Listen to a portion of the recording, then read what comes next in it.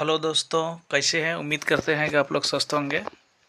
आइए आज हम लोग क्लास 10th के केमिस्ट्री के फर्स्ट चैप्टर रासायनिक अभिक्रियाएं एवं समीकरण को पढ़ते हैं। आज हम लोग इस चैप्टर का क्विक रिवीजन करेंगे।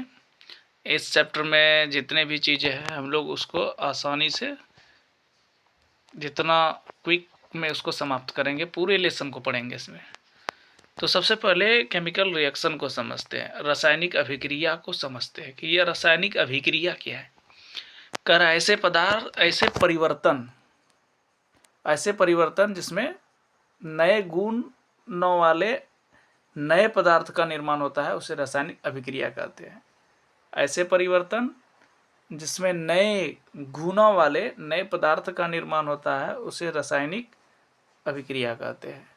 हम लोग देखते हैं कि हमारे दैनिक जीवन में आसपास में बहुत सारे चेंजेस होते हैं, बहुत सारे परिवर्तन होते हैं, जैसे भोजन का पचना, श्वसन, लोहे पर जंग लगना एटसेट्रा। बहुत ऐसे परिवर्तन हैं जो रासायनिक परिवर्तन के अंतर्गत आते हैं। तो जब भी आपसे रासायनिक अभिक्रिया के बारे में पूछा जाए आप उसको डिफाइन करेंगे, ऐसे परिवर्तन जिसमें नए गुणों वाले नए पदार्थ का निर्माण होता है उसे रासायनिक अभिक्रिया कहते हैं। अब देखो, रासायनिक अभिक्रिया की विशेषताएं बोलिए या फिर ये कह सकते हो कि हम जो है कैसे समझेंगे कि कोई रासायनिक अभिक्रिया हुई है। रासायनिक अभिक्रिया की पहचान भी कर सकते हैं। तो जब भी कोई रासायनिक अभिक्रिया होती है ना, तो वहाँ अवस्था में परिवर्तन होता है, यानी चेंज इन स्टेट। अगर अवस्था में परिवर्तन हो रहा है तो समझेंगे कि वहाँ रासायनिक अभिक्रिया हुई है। रंग में परिवर्तन, रासायनिक अभिक्रिया जब संपन्न होती है या होती है तो वहाँ रंग में परिवर्तन हो सकता है। गैसों का उत्सर्जन या निष्कासन होगा। ताप में परिवर्तन, अगर इतना सारा चीज़ हो रहा है, इनमें से कोई भी हो रहा है तो समझिए वहाँ रासायनिक अभिक्रिया हो रही है।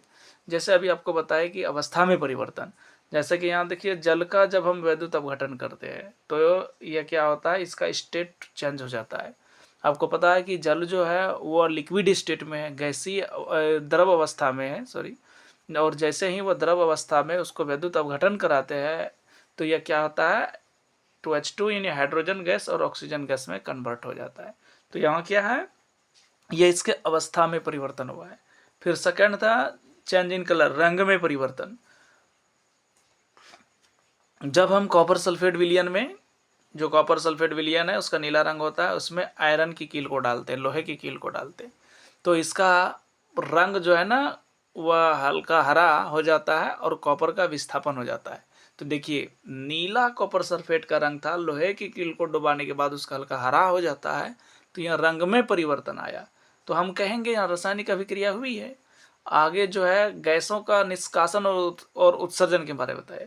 देखिए H2SO4 sulphuric acid, sulphuric acid क्या है, जो है एक्वस है, जली है, और यह क्या है, जिंक है। जैसे ही सल्फ्यूरिक अम्ल में जिंक के टुकड़े को, जिंक धातु के टुकड़े को डालते हैं तो यहाँ जिंक सल्फेट बनता है और साथ ही साथ हाइड्रोजन गैस का मतलब उत्सर्जन होता है, हाइड्रोजन गैस निकलता है। तो यहाँ से जो है ये क्या है, यहाँ गैस का निर्माण हो रहा है। तो गैस का जब निर्माण हो तो अभी वही बताया कि गैस कोई भी अभिक्रिया होती है तो उसमें गैस का उत्सर्जन होता है, तो ठीक यहाँ गैस का उत्सर्जन हो रहा है, यानी गैस उत्पन्न हो रहा है। तो उसी तरह फिर बताए यहाँ क्या है, ताप में परिवर्तन। जैसे कैल्शियम ऑक्साइड को जो है यहाँ क्या करेंगे, कैल्शियम ऑक्साइड और जल को मिलाएंगे तो यह कैल्शियम हाइड्रोक्साइड बनेगा और साथ ही साथ ऊर्जा देगा। तो यह क्या है, जैसे ही कैल्शियम ऑक्साइड और जल को मिलाएंगे तो कैल्शियम हाइड्रोक्साइड और ऊर्जा देगा, तो यह हमारा ताप में परिवर्तन हो रहा है। तो यह हम बोलेंगे कि यहाँ अभिक्रिया हुई है। अब नेक्स्ट, जब भी कोई अभिक्रिया होती है तो यहाँ दो चीज़ें होती है। पहला जो है वह अभिकारक है, जिसको हम लोग रिएक्टेंट कहते हैं। अभिकारक किसको बोलेंगे, रासायनिक अभिक्रिया में भाग लेने वाले पदार्थ को। जो भी पदार्थ रासायनिक अभिक्रिया में भाग लेते हैं, रासायनिक अभिक्रिया में भाग लेने वाले पदार्थ को अभिकारक कहते हैं। और दूसरा है अभिक्रिया का प्रोडक्ट, यानी रासायनिक अभिक्रिया के फलस्वरूप या रासायनिक अभिक्रिया संपन्न होने के बाद जिस पदार्थ का निर्माण होता है उसको हम लोग प्रोडक्ट के रूप में जानते हैं, यानी उसको उत्पाद कहते हैं। तो चलिए इस चीज़ों को समझते हैं, प्रोडक्ट को और फिर रिएक्टेंट को। देखिए यहाँ मैग्नीशियम की अभिक्रिया ऑक्सीजन के साथ हो रही है, मैग्नीशियम ऑक्सीजन के साथ अभिक्रिया करके मैग्नीशियम ऑक्साइड दे रहे हैं। तो यहाँ कौन कौन रासायनिक अभिक्रिया में कौन भाग ले रहे हैं, मैग्नीशियम है और ऑक्सीजन है, तो ये आपका रिएक्टेंट कहलाएगा, अभिकारक कहलाएगा। और फिर यहाँ जो है अभिक्रिया के बाद क्या बन रहा है, मैग्नीशियम ऑक्साइड, तो ये आपका प्रोडक्ट हो गया। तो अब आप समझ गए होंगे जो अभिक्रिया में भाग लेते हैं जो, तो उसको हम लोग अभिकारक बोलेंगे, और अभिक्रिया संपन्न होने के बाद जिसका निर्माण होता है उसको हम लोग प्रोडक्ट यानी उत्पाद कहेंगे। अब देखिए कैसे हम किसी रासायनिक समीकरण को लिखेंगे, तरीका क्या है लिखने का। तो देखो जब भी एक से अधिक अभिकारक हो, यहाँ देखिए मैग्नीशियम और ऑक्सीजन ये दोनों अभिकारक है, तो अभिकारक एक से अधिक है तो दोनों अभिकारकों के बीच में प्लस का चिन्ह देंगे, और उसके बाद फिर जो है और इसको LHS में लिखेंगे, ये LHS है लेफ्ट हैंड साइड। उसके बाद जो है जो मेरा प्रोडक्ट होगा, जो उत्पाद होगा, उसको RHS की ओर लिखेंगे, राइट हैंड साइड में लिखेंगे, और इन दोनों के बीच में जो है ना तीर का निशान देंगे। और अगर एक से अधिक उत्पाद रहेगा तो उनके बीच में भी प्लस का चिन्ह दे सकते हैं। जैसे यहाँ एक से अधिक अभिकारक है तो अभिकारकों के बीच प्लस दिए, उसी तरह एक से अधिक उत्पाद हो जाएगा तो उत्पादों के बीच प्लस का चिन्ह देंगे। यानी इस तरह से हम लोग रासायनिक समीकरण को लिखते हैं। लेकिन रासायनिक समीकरण को लिखने से पहले आपका जो यहाँ था, यह रासायनिक समीकरण किसको कहते हैं, यह चीज़ पहले समझ लो। रासायनिक समीकरण है क्या, कह रहे कि जब किसी रासायनिक अभिक्रिया को संकेत अथवा सूत्र के माध्यम से लिखते हैं तो उसे हम रासायनिक समीकरण कहते हैं। जब भी किसी रासायनिक अभिक्रिया को संकेत और सूत्र के माध्यम से व्यक्त करेंगे उसको रासायनिक समीकरण बोलेंगे। जैसे देखिए यहाँ रासायनिक अभिक्रिया हो रही है, मैग्नीशियम ऑक्सीजन के साथ अभिक्रिया करके मैग्नीशियम ऑक्साइड दे रहा है, लेकिन अब इसको हम संकेत के माध्यम से लिख रहे हैं। मैग्नीशियम का संकेत Mg हो गया, ऑक्सीजन का O हो गया NO2, और मैग्नीशियम ऑक्साइड MgO। अगर इस तरह से हम संकेत और सूत्रों के माध्यम से लिखते हैं तो उसे हम रासायनिक समीकरण कहते हैं। और रासायनिक समीकरण लिखने का तरीका भी अभी बता दिए। जो अगर एक से अधिक अभिकारक है उसके बीच में प्लस लगाएंगे, और अगर आपका एक से अधिक उत्पाद भी है तो उन उत्पादों के बीच में भी प्लस का चिन्ह लगाएंगे। और कहाँ रखेंगे, अभिकारक को LHS में रखेंगे और उत्पादकों को RHS में रखेंगे, और एक से अधिक अभिकारक और उत्पाद रहने पर उनके बीच में प्लस का चिन्ह का प्रयोग करेंगे और दोनों के बीच में तीर का निशान लगाएंगे। तो इस तरह से हम लोग रासायनिक अभिक्रिया को लिखते हैं। अब आगे आता है कि रासायनिक समीकरण, संतुलित रासायनिक समीकरण। देखिए संतुलित रासायनिक समीकरण किसको बोलेंगे, क्या रहे कि जब भी कोई रासायनिक अभिक्रिया हो उसमें जो LHS है और RHS में है उनके परमाणुओं की संख्या अगर समान है तो हम उसको संतुलित रासायनिक समीकरण बोलेंगे। और रासायनिक समीकरण को संतुलित करना आवश्यक है। तो रासायनिक समीकरण को कैसे संतुलित करेंगे, उसके लिए कई चरण हैं। सबसे यहाँ पहले चरण की बात हम करते हैं कि पहले चरण में हम लोगों को क्या करना चाहिए। क्या रहे कि रासायनिक समीकरण लिखकर पहले एक कंकाली समीकरण लिखेंगे, जैसे यहाँ Fe है आयरन है, अब प्लस H2 है जल है, और फिर यह क्या बन रहा है Fe3O4 और प्लस H2 दे रहा है। तो यह कंकाली समीकरण है, इसको हम लिख लेते हैं। और लिखने के बाद कंकाली समीकरण को बॉक्स देते हैं, इन्हें जिस तरह से हम बॉक्स में सबको घेर दिए। और बॉक्स में लिखने के बाद जब भी हम इस समीकरण को संतुलित करेंगे तो संतुलित करने के दौरान याद रखिएगा इस बॉक्स में कोई परिवर्तन नहीं होना चाहिए। जो भी परिवर्तन करेंगे हम इन सबको छोड़ के परिवर्तन करेंगे। यह पहला चरण है, पहले बॉक्स में लिखेंगे और उसके बाद उसको कोई परिवर्तन नहीं करेंगे। दूसरा यह है कि देखिए समीकरण में उपस्थित विभिन्न तत्वों के परमाणुओं की संख्या को नोट करेंगे। अभी आप देखे होंगे यहाँ कौन कौन से तत्व भाग ले रहे थे इस रासायनिक अभिक्रिया में, आपका Fe था, H2 था और O था, यानी Fe जिसको आयरन बोलते हैं, और H हाइड्रोजन था और ऑक्सीजन था। तो LHS में यानी अभिकारक में Fe कितना था, अभिकारक में Fe 1 बार आया है और H 2 बार आया है और ऑक्सीजन 1 बार आया है। उसी तरह से उत्पाद में देख लेते हैं, उस प्रोडक्ट के तौर पर Fe3 टाइम्स आया है, Fe3 टाइम्स आया है, O4 टाइम्स आया, H2 टाइम्स आया है। चलिए Fe3 टाइम्स है और फिर जो H2 टाइम्स था और O मेरा 4 टाइम्स था। अब यहाँ देखते हैं, कंपेयर करते हैं। LHS में Fe 1 बार है तो RHS में 3 बार है, LHS में आपका 2 बार है तो यहाँ भी 2 बार है, लेकिन ऑक्सीजन देखिए LHS में 1 बार है तो RHS में 4 टाइम्स आया है। अब इन तुलना करके जब हम इस कोफिशिएंट को बराबर करेंगे तत्वों के, तो सबसे पहले यह देखेंगे कि अधिकतम सबसे जो अधिक है, अधिक कौन है? ऑक्सीजन। ऑक्सीजन RHS में यानी उत्पाद में 4 टाइम्स आया, इसलिए सबसे पहले अधिकतम जो गुणांक होगा जिस तत्व का, उनको संतुलित करने का प्रयास करेंगे। तो सबसे पहले क्या करेंगे यहाँ, सबसे पहले देखिए हमारे पास ऑक्सीजन जो था इधर यहाँ 4 टाइम्स है, तो ये यहाँ इसको 4 से मल्टीप्लाई करेंगे। अभी आपको बोले कि बॉक्स के साथ कोई छेड़छाड़ नहीं करना है, ऑक्सीजन को 4 से मल्टीप्लाई कर दिए।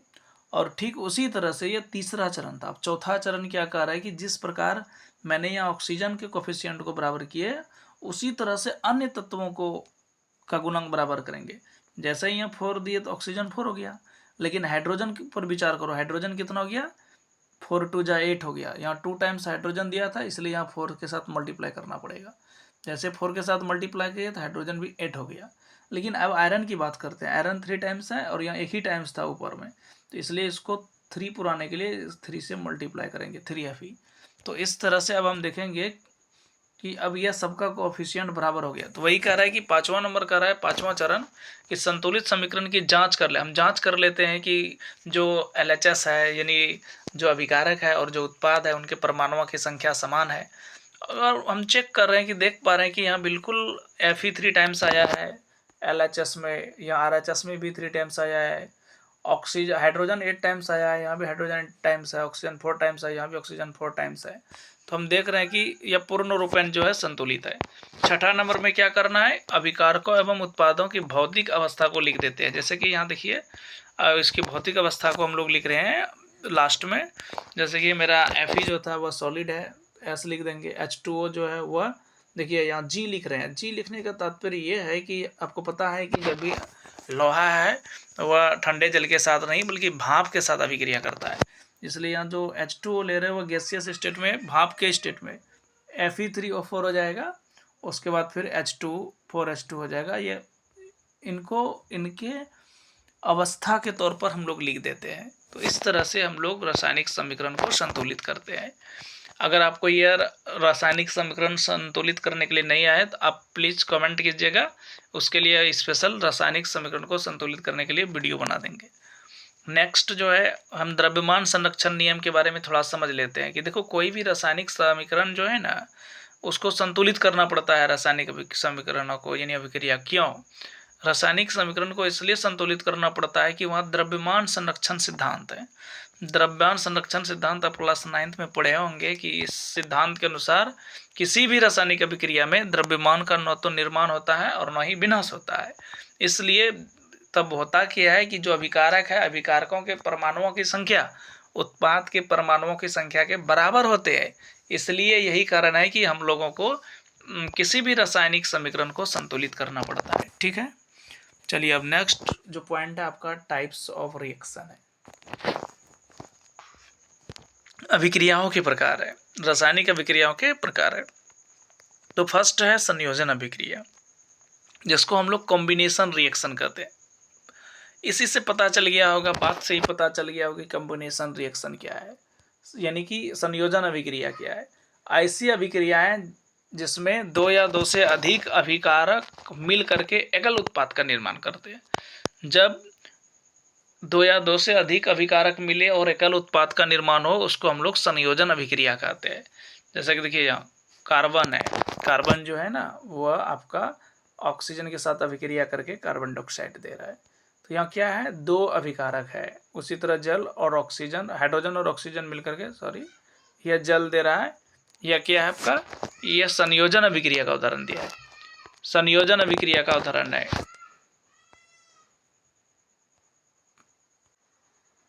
तो आपको पता चल गया होगा कि जब 2 या 2 से अधिक अभिकारक मिल करके एकल उत्पाद का निर्माण करते हैं तो उसे संयोजन अभिक्रिया कहते हैं।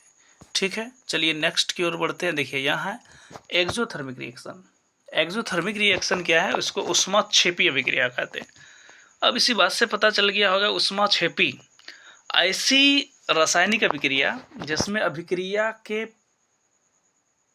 संपन्न होने के बाद ऊष्मा उत्पन्न होती है। जैसे ही प्रोडक्ट तो बनेगा ही, उत्पाद के साथ साथ क्या मिलेगा, ऊष्मा उत्पन्न होती है, तो हम लोग उसको ऊष्माक्षेपी अभिक्रिया कहते हैं।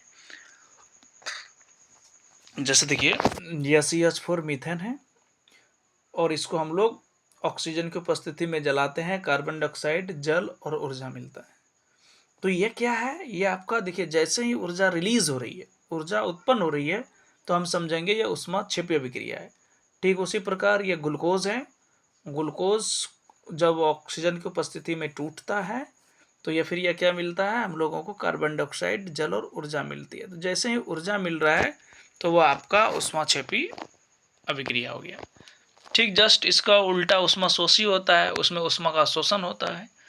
तो हम लिख सकते हैं कि जिन अभिक्रियाओं में ऊष्मा का शोषण हो उसे ऊष्माशोषी अभिक्रिया कहेंगे। नेक्स्ट है वियोजन अभिक्रिया, डिकम्पोजिशन रिएक्शन। इसमें क्या होता है, कह रहे कि जस्ट आप वियोजन इसी से पता लगा सकते हैं कि यहाँ टूट रहा है। ऐसी अभिक्रिया जिसमें एकल अभिकारक टूट करके दो या दो से अधिक उत्पाद का निर्माण करते हैं। जब एकल अभिकारक टूटे और दो या दो से अधिक उत्पाद का निर्माण हो उसको हम लोग वियोजन अभिक्रिया कहते हैं, डिकम्पोजिशन रिएक्शन कहते हैं। जैसे कि देखिए इस वियोजन अभिक्रिया का एक और भी नाम है और वह है अपघटन। क्या है, अपघटन अभिक्रिया। याद रखिएगा, अगर अपघटन आ जाए तो आप बोलिएगा कि अपघटन नहीं, अपघटन बोलिए या वियोजन बोलिए, एक ही है। अब यह वियोजन अभिक्रिया जो होगा वह 3 चरणों में होगा। यहाँ उष्मी वियोजन की बात करते हैं जो उष्मा हीट देने पर टूटेगा। जैसे हम फेरस सल्फेट की बात करते हैं, फेरस सल्फेट को हीट करने के बाद यह जो है Fe2O3 ferric oxide, sulphur dioxide और सल्फर ट्राइऑक्साइड में टूटता है। तो उसी तरह से कैल्शियम कार्बोनेट को जैसे ही हीट करेंगे तो ये कैल्शियम ऑक्साइड और कार्बन डाइऑक्साइड में टूटता है। तो यहाँ क्या हो रहा है, यहाँ तो वियोजन हो रहा है लेकिन किसकी उपस्थिति में हो रहा है, ऊष्मा की उपस्थिति में हो रहा है, इसलिए इसको उष्मी वियोजन अभिक्रिया बोलेंगे। ठीक उसी तरह से होता है वैद्युत अपघटन। वैद्युत वियोजन बोलो या वैद्युत अपघटन बोलो। तो यहाँ क्या होता है, जल में जब विद्युत धारा प्रवाहित करेंगे तो यह हाइड्रोजन और ऑक्सीजन में टूटेगा, तो यह वैद्युत अपघटन अभिक्रिया कहलाता है। और इसी का तीसरा है प्रकाश वियोजन अभिक्रिया, यानी यह सूर्य के प्रकाश की उपस्थिति में टूटेगा। जैसे सिल्वर क्लोराइड की बात करते हैं, सिल्वर क्लोराइड को जब सूर्य के प्रकाश में रखा जाए तो यह सिल्वर और क्लोरीन गैस में टूट जाती है, तो यह प्रकाश वियोजन अभिक्रिया। ठीक उसी तरह से सिल्वर ब्रोमाइड है, सूर्य के प्रकाश में सिल्वर और ब्रोमीन में टूट जाता है। तो वियोजन अभिक्रिया या अवघटन अभिक्रिया 3 तरह से हो सकते हैं। प्रकाशी वियोजन हो सकता है, विद्युत अवघटन हो सकता है और उष्मी वियोजन हो सकता है। और हाँ, एक चीज़ यहाँ याद रखिएगा, ये जो श्वेत श्याम फोटोग्राफी में AGBR का यूज होता है। श्वेत श्याम फोटोग्राफी में AGBR का उपयोग होता है। चलिए नेक्स्ट जो अभिक्रिया का टाइप है वह आपका वह क्या है, नेक्स्ट जो आगे जो है वह कौन सी अभिक्रिया है आपका, विस्थापन, जिसको डिस्प्लेसमेंट रिएक्शन बोलेंगे। ये विस्थापन अभिक्रिया क्या है, नाम से ही पता चल जाता है, विस्थापन या किसी को विस्थापित करता होगा। वही कह रहा है कि ऐसी रासायनिक अभिक्रिया जिसमें अधिक अभिक्रियाशील तत्व किसी यौगिक में उपस्थित कम अभिक्रियाशील तत्व को विस्थापित कर उसका स्थान ग्रहण कर लेता है, उसे विस्थापन अभिक्रिया बोलेंगे। यानी ऐसी अभिक्रिया जिसमें अधिक अभिक्रियाशील तत्व किसी यौगिक में उपस्थित कम अभिक्रियाशील तत्व को विस्थापित कर उसका स्थान ग्रहण कर लेता है, उसे विस्थापन अभिक्रिया बोलेंगे। जैसे देखो Fe लोहा, यहाँ कॉपर सल्फेट है, कॉपर सल्फेट विलयन में जैसे लोहे को डालेंगे यहाँ FeSO4 बनेगा और Cu को विस्थापित कर देता है, कॉपर को विस्थापित कर देता है, क्योंकि जो Fe है वह कॉपर से ज़्यादा अभिक्रियाशील है। ज़्यादा अभिक्रियाशील होने के कारण Fe Cu को डिस्प्लेस कर देता है, विस्थापित कर देता है। तो इस अभिक्रिया को हम लोग विस्थापन अभिक्रिया बोलेंगे।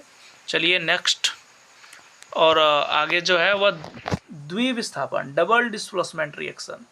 यह द्विविस्थापन अभिक्रिया की बात करते हैं, डबल डिस्प्लेसमेंट रिएक्शन, द्विविस्थापन।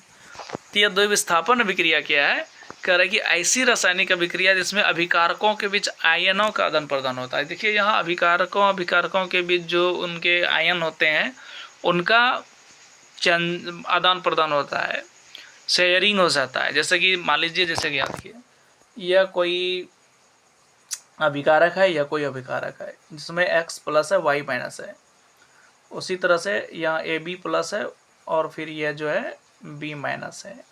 तो यहाँ क्या होगा, आदान प्रदान हो जाएगा, यानी X जो पॉजिटिव है या B नेगेटिव है तो X B के साथ चला जाएगा, Y माइनस है और A प्लस है तो A Y के साथ चला जाएगा।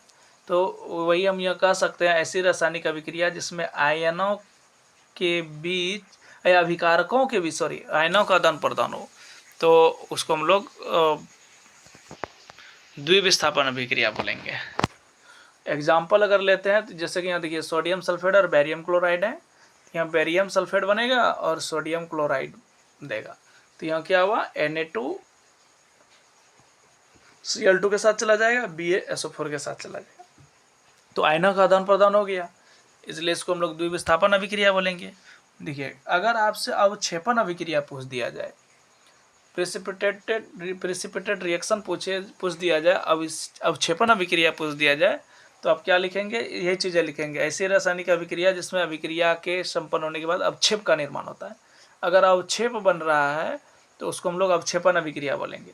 और यही एग्जाम्पल आप दे देंगे कि सोडियम सल्फेट को जब बेरियम क्लोराइड के साथ अभिक्रिया कराते हैं तो बेरियम सल्फेट और सोडियम क्लोराइड बनता है, तो यह बेरियम सल्फेट जो है ना, यही अवक्षेप है।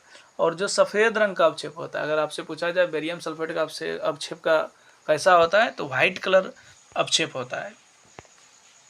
अब है उपचयन, उपचयन को समझते हैं। कह रहे कि जब किसी पदार्थ में ऑक्सीजन की वृद्धि तथा हाइड्रोजन, कह रहे जब कहीं ऑक्सीजन की वृद्धि हो जाए और हाइड्रोजन का ह्रास हो जाए तो हम बोलेंगे वहाँ उपचयन हुआ है। जैसे कॉपर है, कॉपर के साथ अगर हम ऑक्सीजन को जोड़ देते हैं तो यह बन जाता है कॉपर ऑक्साइड। तो यहाँ क्या हुआ, अब यहाँ से जो है ना कॉपर के साथ ऑक्सीजन जुड़ गया, तो यहाँ उपचयन हुआ, यानी ऑक्सीजन की वृद्धि को उपचयन कहते हैं। और अपचयन में क्या होता है, यहाँ ऑक्सीजन का ह्रास होता है और हाइड्रोजन की वृद्धि। करा जब किसी पदार्थ में ऑक्सीजन का ह्रास हो और हाइड्रोजन की वृद्धि हो, उसको हम लोग अपचयन कहते हैं।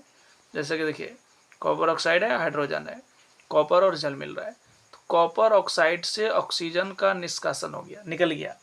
कॉपर ऑक्साइड से जैसे ही ऑक्सीजन निकल गया तो वहाँ कॉपर बन गया, कॉपर रहा, यानी इसको हम लोग अपचयन बोलेंगे, क्योंकि यहाँ ऑक्सीजन की ह्रास हो रहा है। अभी आपको बताया जब ऑक्सीजन का ह्रास हो उसको अपचयन बोलेंगे। और यहाँ देखिए खलिया H2 था और H2 के साथ यहाँ इस पर में यानी आपका अभिकारक में H2O बन गया, तो यहाँ केवल हाइड्रोजन था और यहाँ पे जा करके H2O बन गया, इसके साथ ऑक्सीजन की वृद्धि हो गई, तो इसको हम लोग उपचयन बोलेंगे। ऑक्सीजन की वृद्धि हो उपचयन, ऑक्सीजन की कमी हो उसको अपचयन। अब इसी नाम पर उपचयन, अपचयन या रेडॉक्स अभिक्रिया कह सकते हो। तो हम कह सकते हैं कि जिस अभिक्रिया में एक अभिकारक उपचयित और दूसरा अपचयित हो उसे हम लोग रेडॉक्स अभिक्रिया बोलेंगे। यानी कि जहाँ ऑक्सीजन की वृद्धि हो रही है तो हम बोलेंगे उसका वो उपचयित हो रहा है, जहाँ ऑक्सीजन की कमी हो रहा है वो अपचयित हो रहा है। चलिए नेक्स्ट की ओर आते हैं। अब यहाँ से देखिए यहाँ ZNO है ना, यहाँ जिंक से यहाँ आप देखेंगे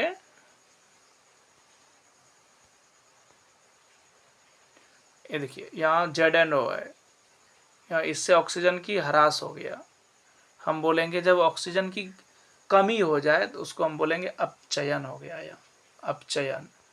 और जब ऑक्सीजन की वृद्धि हो जाए तो बोलेंगे उपचयन, यहाँ उपचयन हो गया। तो ऑक्सीजन की कमी हो तो अपचयन, ऑक्सीजन की वृद्धि हो उपचयन। चलिए नेक्स्ट जो पॉइंट है वह संचारण है। संचारण क्या होता है, हम लोग देखते हैं कि लोहे की वस्तु और जो भी चीज़ें हैं, चाहे वह क्या होता है, जब यानी धीरे धीरे हवा के संपर्क में रहने के बाद संचारित हो जाता है, उसका कलर भूरे रंग का हो जाता है, बदल जाता है।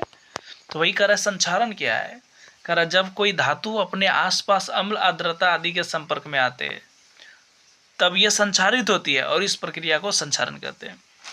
जब भी कोई धातु हो अम्ल, आर्द्रता के संपर्क में आते हैं तो वे संचारित होते हैं और यह प्रक्रिया संचारण कहलाता है।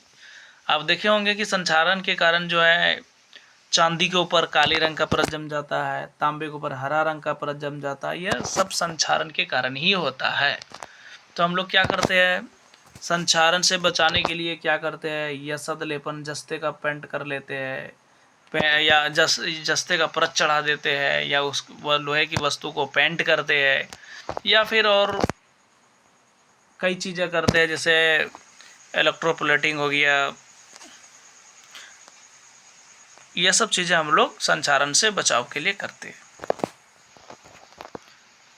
नेक्स्ट है विकृत गंधिता, जिसको रेंसिडिटी कहते हैं।